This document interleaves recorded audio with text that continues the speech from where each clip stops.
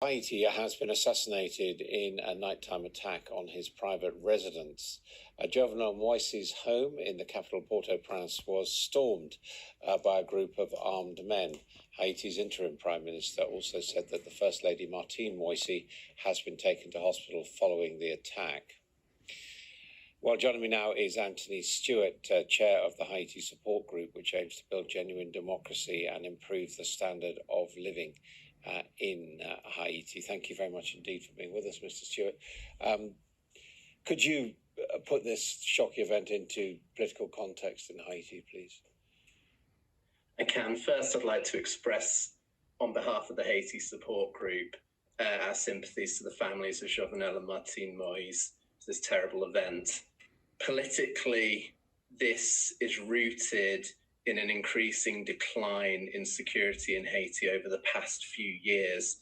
This has been connected not only to the Petro-Caribe scandal, but also an erosion of civil liberties as reported by our partners on the ground, and an increased militarism and paramilitarism in Haiti. This is not good news today. The underlying factors that have caused this assassination will only be strengthened by this within a vacuum of power. And is there no doubt, really, that this would be politically motivated, not burglars or something?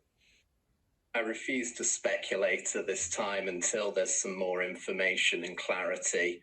What can be said is that there is a lack of concrete security in Port-au-Prince, so that violent crime is on the rise, and everyone, up to and including the president of Haiti, is at risk because of this. Now, what about the late president himself? How significant was he? Was he moving his country in the right direction? He's ruled by decree, or he'd ruled by decree since 2018. What we've seen is a continuation of the Tête Calais way started by Michel Martelly, which sees Haiti open for business for foreign exploiters, as well as a stifling of democracy. Nowhere was this more significant than in the Petro-Caribe scandal, where a lot of the loans given by Venezuela were embezzled by key members of the Martelly and Moïse governments. These actions have led to a series of protests, anti-Petro-Caribe, anti-corruption and pro-democratic protests over the last 3 years, but to no avail. Now, Moïse was taking Haiti in a direction where Haiti has all too often resulted, where, as our partners on the ground who liaise regularly with the Haiti support tell us, democracy, liberty, and security for Haitians is on the decline.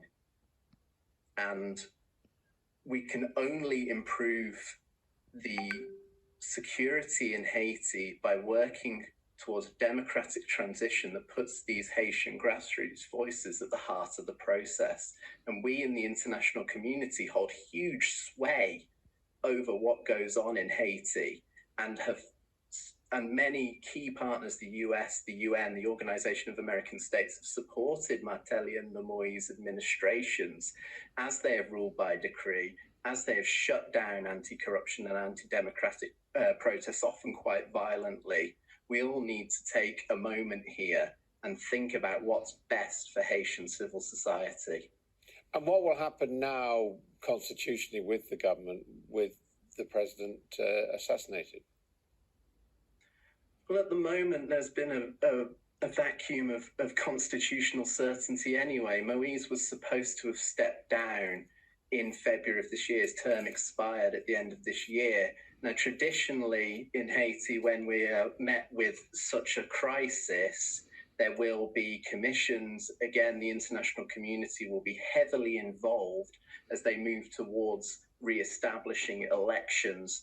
Right now, as is my understanding, the Prime Minister is in temporary charge.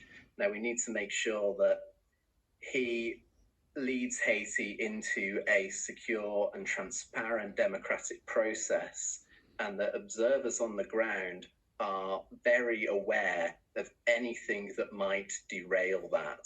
But right now, we're in a long-standing period of instability, and that shows no sign of abating, particularly after this terrible news.